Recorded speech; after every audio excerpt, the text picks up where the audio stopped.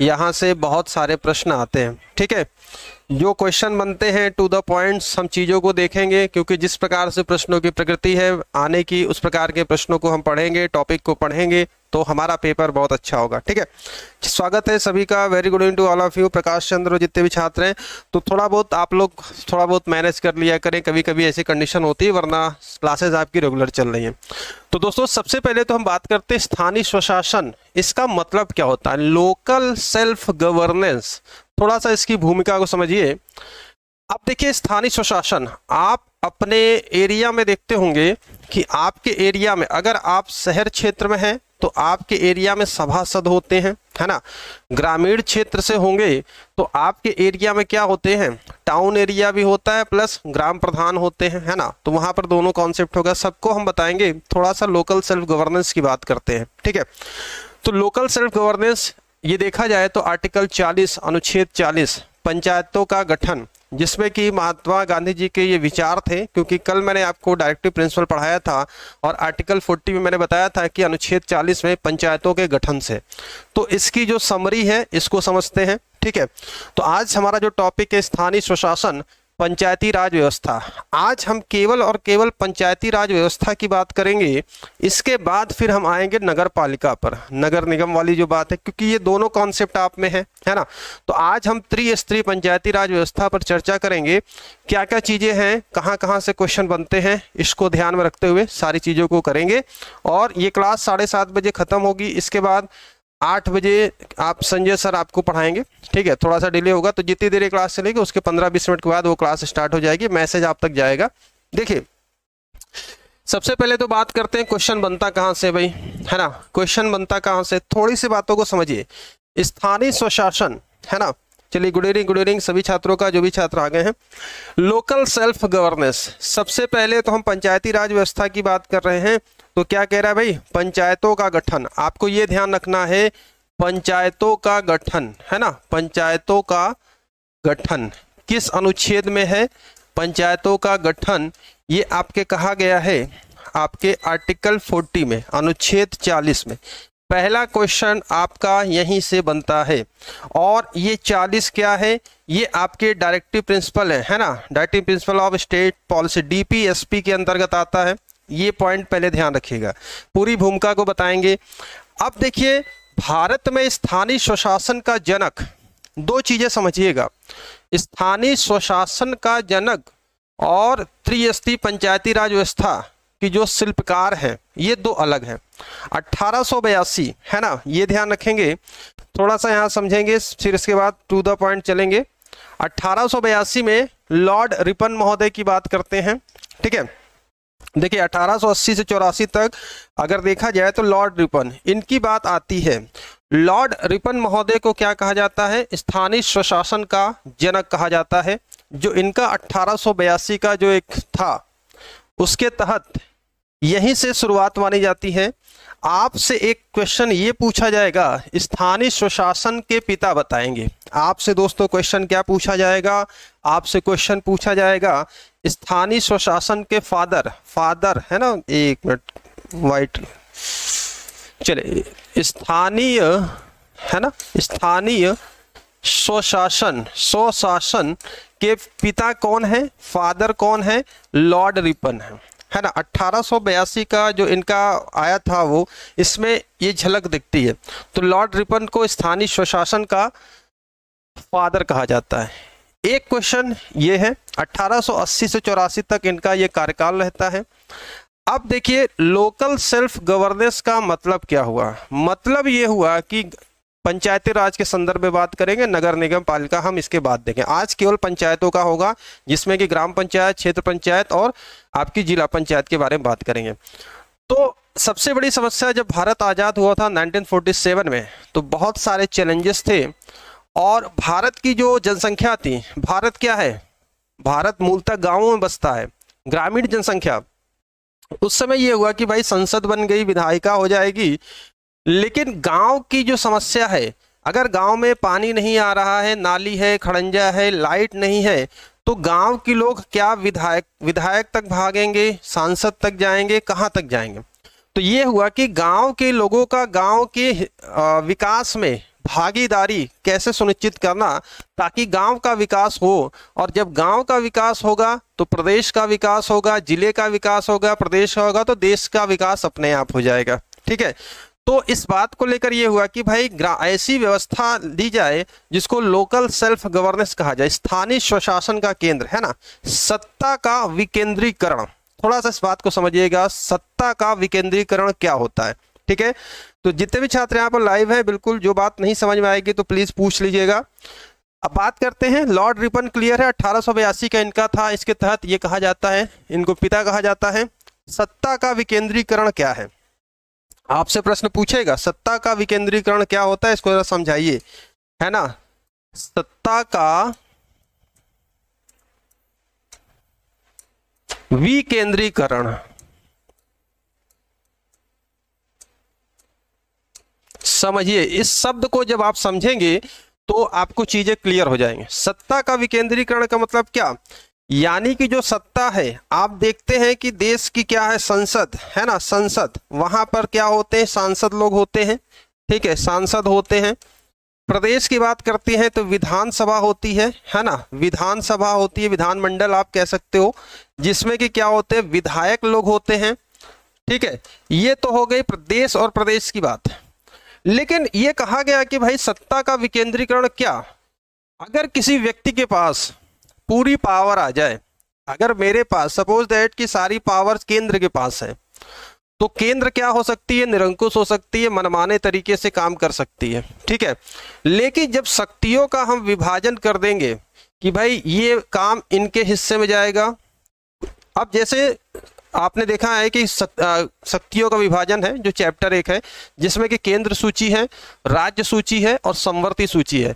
तो केंद्र सूची में केंद्र कानून बनाएगा, राज्य सूची में राज्य बनाएगा। और एक चीज मैं बता दूं कि ये जो पंचायती राज व्यवस्था है, ये किस सूची का विषय है, ये राज्य सूची का विषय है। इसका चुनाव राज्य निर्वाचन आयोग कराता है।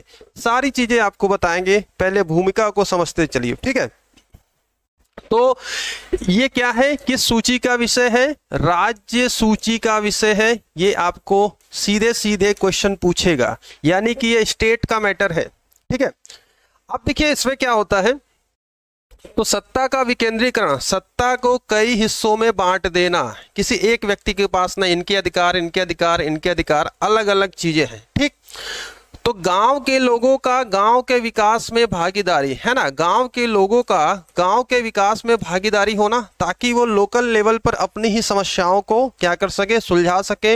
और जब गांव का विकास होगा तो जैसे कहा मैंने, जिले का विकास होगा तो धीरे धीरे करके देश का विकास। तो गांधीवादी सिद्धांत इसी में था कि भारत क्या है, गाँव में बसता है, तो गाँव की जो समस्याएं हैं वहाँ की सरकार, वहाँ की लोकल जो चुन के आएगी अपने गाँव के निवासियों के माध्यम से, जो ग्राम सभा होगी। अब देखिए एक प्रश्न ये बनता है, ग्राम सभा कहते किसे हैं, ग्राम सभा, ग्राम सभा आप एक लाइन में कह सकते हैं कि गांव के निर्वाचक नामावली में दर्ज व्यक्तियों की सूची, और निर्वाचक नामावली में जो व्यक्ति दर्ज होंगे उनकी एज 18 साल होगी, है ना। तो यानी कि वोटर लिस्ट, गांव की जो वोटर लिस्ट होगी जिसमें निर्वाचक नामावली दर्ज है, उसे हम ग्राम सभा कहते हैं। एक प्रश्न सीधा सीधा यहां से पूछा जाता है। ठीक है भाई, कोई किसी प्रकार की आपको दिक्कत हो तो बता दीजिएगा, आप लोग किसी भी छात्र को कोई समस्या हो तो बता देंगे। हर एक चीज मैं आपको बहुत ही क्लियरली तरीके से बताते चल रहा हूँ। हाँ, प्रेम्बल की क्लास होनी थी, बट थोड़ा सा ये है, पढ़ लीजिए, ये टॉपिक ज़्यादा इंपॉर्टेंट है, इससे भी आता है आपके, है ना। कोई बात नहीं, उसको नेक्स्ट डे कर देंगे, इसके बाद वाले टॉपिक में कर लेंगे। तो सत्ता का विकेंद्रीकरण समझ में आया। सत्ता का विकेंद्रीकरण में आपको ये देखना है कि इनके जनक कौन थे, लॉर्ड रिपन थे, किस आर्टिकल में है, आर्टिकल 40 में है। क्यों इसको सत्ता का विकेंद्रीकरण कहा जाता है, कि लोकल लेवल पर गांव के लोग ही अपनी समस्या का समाधान कर सके। ये राज्य सूची का विषय है। ठीक है, अब बात करते हैं भारत में स्थानीय स्वशासन का जो प्रारंभ है और किस समिति की सिफारिश पर। देखिए, स्थानीय स्वशासन की कई समितियां गठित की गई थी, है ना, जिनमें से 1957 की हम बात करते हैं, बलवंत राय मेहता समिति, जो कि बलवंत राय मेहता जी थे कौन। ठीक, थोड़ा सा इन पर नजर करेंगे। बलवंत राय मेहता जी की बात करते हैं दोस्तों, तो लॉर्ड रिपन को जनक कहा जाता है। ठीक है, अब बात करते हैं बलवंत राय मेहता समिति की, और ये देखिए, ये बलवंत राय मेहता जी हैं। बलवंत राय मेहता जी थे कौन, थोड़ा सा यहाँ पर इंपॉर्टेंट पड़ता है। ये गुजरात के चीफ मिनिस्टर थे। कहाँ के मुख्यमंत्री थे? ये गुजरात के मुख्यमंत्री थे। ठीक है भाई, कहाँ के मुख्यमंत्री? हालांकि ये नहीं पूछेगा आपसे एग्जाम में, ये गुजरात के क्या थे? सीएम थे। ये क्वेश्चन आपसे नहीं पूछेगा, मैं बता दूं, ये एक्स्ट्रा फैक्ट के लिए मैं आपको बता रहा हूं।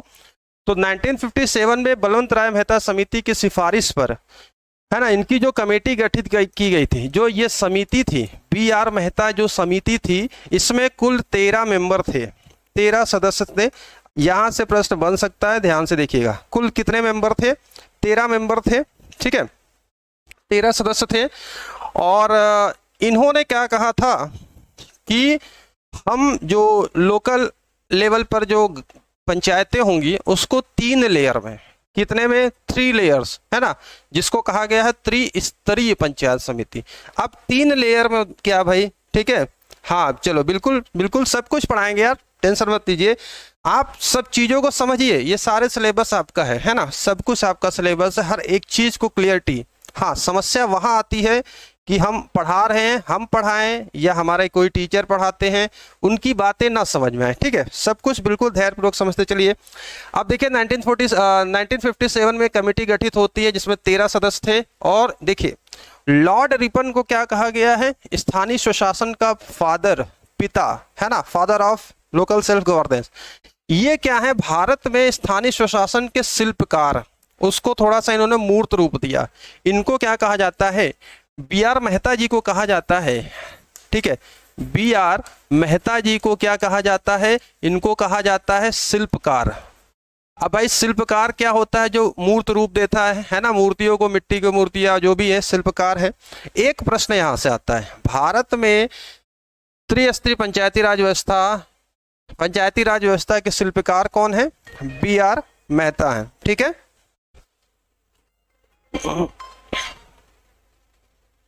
चले, यहां तक क्लियर है, ये बात क्लियर है।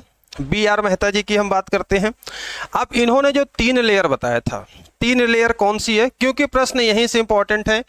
अशोक मेहता समिति भी थी, सिंघवी समिति भी थी, VKRV समिति थी, वो भी बताएंगे। लेकिन जो मेन चीजें एग्जाम के पॉइंट ऑफ से है, क्योंकि कहानी तो बहुत सारी सुनाने को है, लेकिन आपके जो एग्जाम में काम आएगा जिस लेवल का। ठीक है भाई, चलो समझते चलो।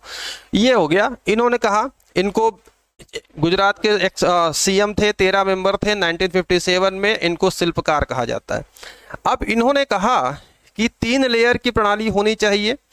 तो 3 लेयर की प्रणाली में देखिए, 3 लेयर की प्रणाली में क्या है? आज हम आपसे केवल बात करेंगे पंचायतों की, है ना, इसकी बात करेंगे, इधर वाले की नेक्स्ट टॉपिक पर आएंगे, नगरीय क्षेत्रों में। ठीक, देखिए ग्राम पंचायत दिख रहा है सबको, समझ में आ रहा है?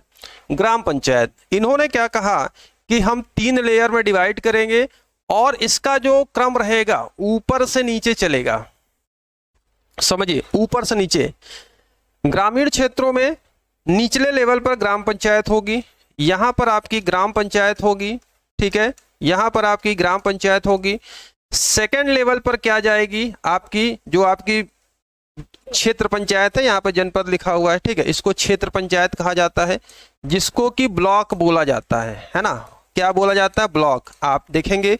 और सबसे टॉप लेवल पर, जो तीसरे लेवल पर होगी, है ना भाई, तीसरे लेवल पर, उसको जिला पंचायत बोला जाएगा। ठीक, जिला पंचायत बोला जाएगा। यहां तक कॉन्सेप्ट क्लियर है? अब एक एक करके इन तीनों के बारे में हम बात करते हैं। ठीक है, एक एक करके। सबसे निचली लेवल पर क्या होगी? ग्राम पंचायत होगी। उसके बाद मिडिल में क्षेत्र पंचायत होगी, उसके बाद जिला पंचायत होगी।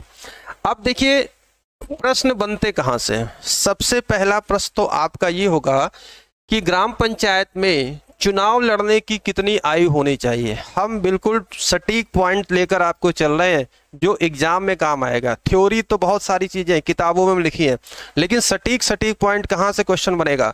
ग्राम पंचायतों की न्यूनतम आयु क्या है चुनाव लड़ने की? 21 वर्ष है। एक प्रश्न यहां से बनता है। ठीक है, अगर व्यक्ति 21 वर्ष का है और उसका निर्वाचक नामावली में, यानी कि ग्राम सभा में उसका नाम है, निर्वाचक नामावली में है, तो 21 वर्ष की आयु में चुनाव लड़ेगा, चाहे वो ग्राम पंचायत का हो, क्षेत्र पंचायत का हो या जिला पंचायत का। ठीक है। आप जानते हैं कि विधानसभा लोकसभा में इलेक्शन लड़ने की जो मिनिमम एज है 25 वर्ष है, यहाँ पर क्या है 21 वर्ष, ठीक। और वोट देने का तो 18 वर्ष सब में है। 18 वर्ष के अगर आप हो गए तो आप क्या करोगे, अपना वोट कास्ट कर दोगे, ठीक है भाई। दूसरी चीज यहां पर समझिए, 21 वर्ष हो गया। अब ग्राम पंचायत में चुनाव कैसे होगा, ग्राम पंचायत चुनाव कौन कराएगा? तो ग्राम पंचायत, जैसा कि पंचायती राज व्यवस्था क्या है, स्टेट का मैटर है, और पंचायती राज व्यवस्था का चुनाव कराने का जिम्मा राज्य सरकार को है। और राज्य सरकार की भी एक चुनाव आयोग होती है, राज्य निर्वाचन आयोग, स्टेट इलेक्शन कमीशन। जिस प्रकार से सेंट्रल में होती है केंद्रीय निर्वाचन आयोग है, वैसे ही स्टेट इलेक्शन कमीशन होते हैं, इस बात को ध्यान रखिएगा। अब इसमें क्या होता है ग्राम पंचायत में कि जो मेंबर्स होते हैं, ग्राम सभा के जो मेंबर है ना, और प्रधान, चुनाव होता है 2 पदों के लिए। एक तो प्रधान के लिए होता है ना, पहले हम इस पे बात कर रहे हैं। प्रधान होता है और ग्राम सभा के सदस्य का चुनाव होगा। फिर बीडीसी यहाँ पर जाएगा, ये बीडीसी होते हैं, ये बीडीसी कहा जाता है इनको। और ये बीडीसी अपने में ही बहुमत से एक अपना नेता चुनते हैं, जिसको कहा जाता है ब्लॉक अध्यक्ष, जिसको कहा जाता है ब्लॉक प्रमुख, ठीक है। कहानी पूरी समझिए। अब ग्राम पंचायत में यहां पर क्या होगा समझिए। तो ग्राम पंचायत में मूल बातें समझिए। ग्राम सभा किसे कहते हैं, प्रश्न जहां से बनेगा समझिए। ग्राम सभा, सीधे आपका जवाब होना चाहिए कि ग्राम सभा ऐसी निर्वाचक नामावली सूची है जिसमें गांव के लोगों का नाम दर्ज होता है। तो ग्राम सभा में निर्वाचक नामावली दर्ज सूची, ठीक। चुनाव लड़ने की आयु 21 वर्ष है, ठीक है। और ग्राम सभा की बात करते हैं तो पंचायतों में जो ग्राम सभा की बैठक, देखिए गांव की कोई भी कार्य होगा, कुछ भी होगा, तो बिना ग्राम सभा की बैठक के प्रस्ताव पारित हुए वह वैलिड नहीं माना जाएगा, ठीक है, वैलिड नहीं माना जाएगा। तो ग्राम सभा में क्या, इसकी जो बैठक है, बैठक साल में 2 बार, बैठक कितनी बार, न्यूनतम, ये ध्यान रखिए, ये क्वेश्चन आपसे पूछता है, न्यूनतम कितनी बार, 2 बार। ग्राम सभा की जो बैठक होनी चाहिए न्यूनतम कितनी बार होनी चाहिए, 2 बार, और मैक्सिमम जितना भी हो जाए, और बिना यहाँ प्रस्ताव पारित किए हुए वह कार्य वैलिड नहीं होगा, ठीक है। तो गांव में ये डिसाइड होता है कि कहाँ पर नाली खड़ंजा क्या होना है, कैसे होना है, इनकी बात करते हैं, ठीक है। ये बात हो गई। अब बात करते हैं भारत में पंचायती राज व्यवस्था की शुभारंभ कब होता है, ठीक है। भारत में पंचायती राज व्यवस्था का शुभारंभ कब होता है? तो देखो भाई 2 अक्टूबर 1959 को, ठीक है। कब होता है? 2 अक्टूबर 1959 को, समझिए पंचायती राज की शुरुआत, है ना।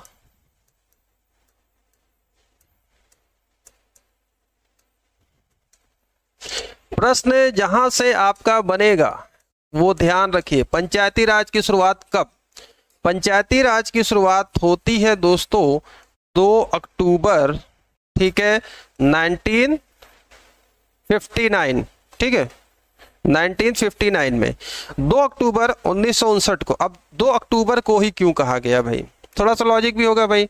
2 अक्टूबर किनका जन्मदिन होता है? महात्मा गांधी जी का होता है, ठीक है, लाल बहादुर शास्त्री जी भी हैं। लेकिन 2 अक्टूबर को इसलिए लागू किया गया कि इसमें गांधीवादी सोच थी, है ना, गांधीवादी विचार थे, अनुच्छेद 40 कहता है।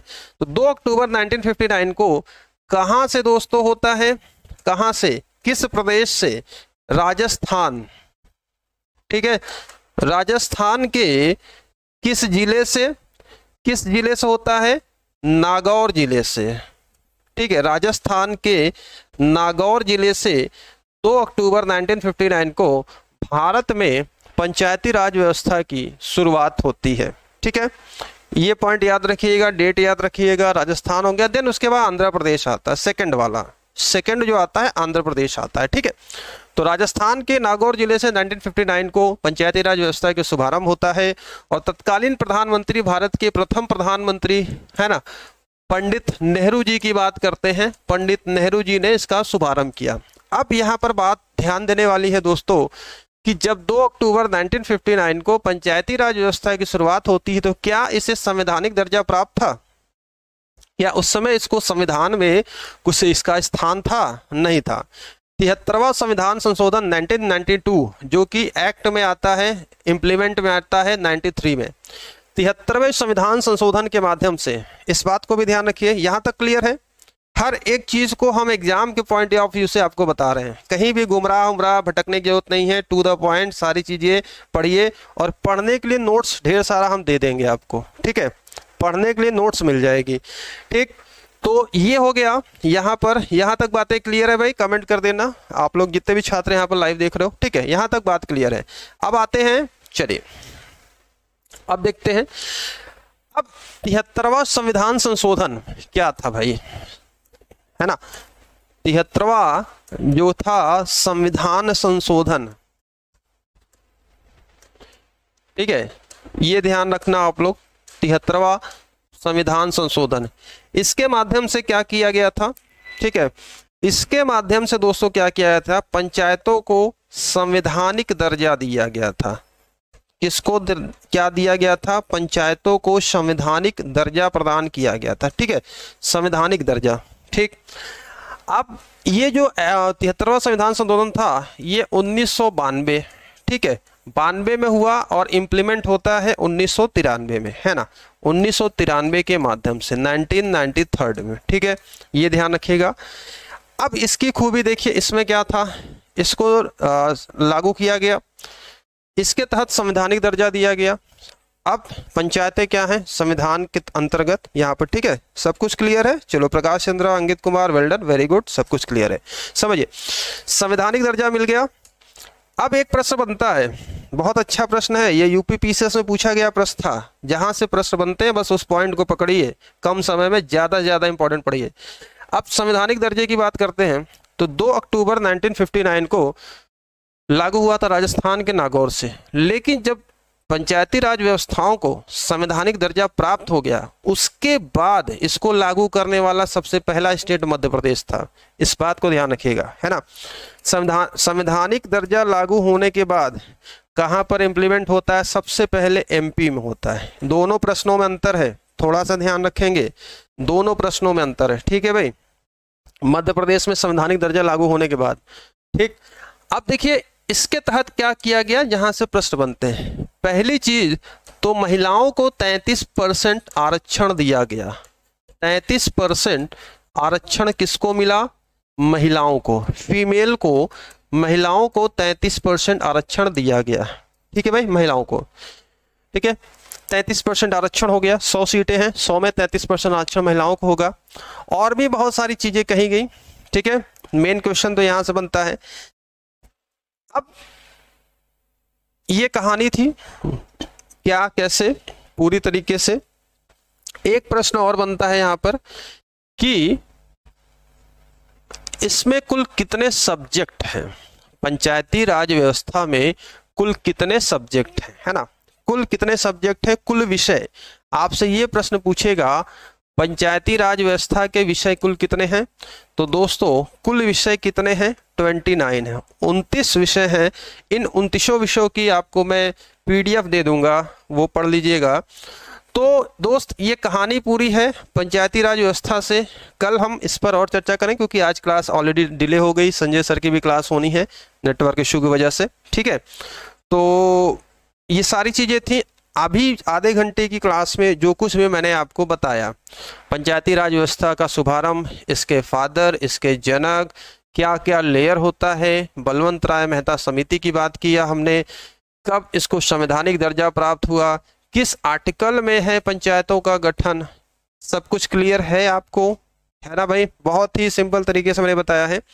तो आज की क्लास को हम यहीं पर खत्म करेंगे। इसके बाद संजय सर की क्लास होगी 15 मिनट के बाद, 7:45 बजे संजय सर की क्लास शुरू हो जाएगी, ठीक है भाई।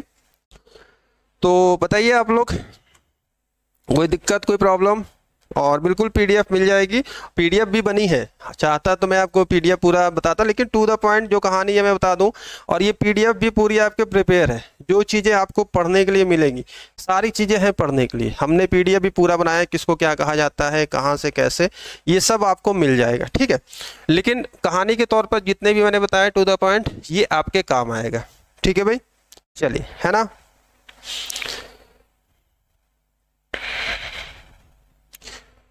तो चलते भाई, फिर 7:45 क्लास में ज्वाइन करिएगा। 7:45 संजय सर आ रहे हैं हिस्ट्री की क्लास को लेकर, और बिल्कुल सारी चीज़ें आपको समझाएंगे अच्छे तरीके से, और बिल्कुल पढ़ाई करते रहिए। फिर इसके बाद आते हैं हम हिस्ट्री में, ठीक है भाई। चलिए, क्लियर है, कोई प्रॉब्लम नहीं, नो प्रॉब्लम, चलो वेल डन। तो पढ़ते रहिए, बिल्कुल हंसते मुस्कुराते रहिए, बिना टेंशन लिए हर एक चीज़ को बताया जाएगा। और जब आप 18 सितंबर को परीक्षा में बैठेंगे, आप खुद अपने में इम्प्रूवमेंट फील करेंगे कि हाँ, हमने जहाँ से पढ़ा हमको क्या क्या चीज़ें पढ़ाई गई और कैसे टू द पॉइंट चीज़ें समझाई गई, ठीक है। चलिए, अंकित कुमार शर्मा जी, प्रकाश चंद्रा और जितने भी छात्र लाइव हैं या आप लोग ऑफलाइन देख रहे हैं, यानी कि रिकॉर्डिंग देखते हैं, बिल्कुल अच्छे से पढ़िए। और अभी आप जुड़ेंगे 7:45 संजय सर की क्लास में, ठीक है। चलिए, thank you, take care, bye bye.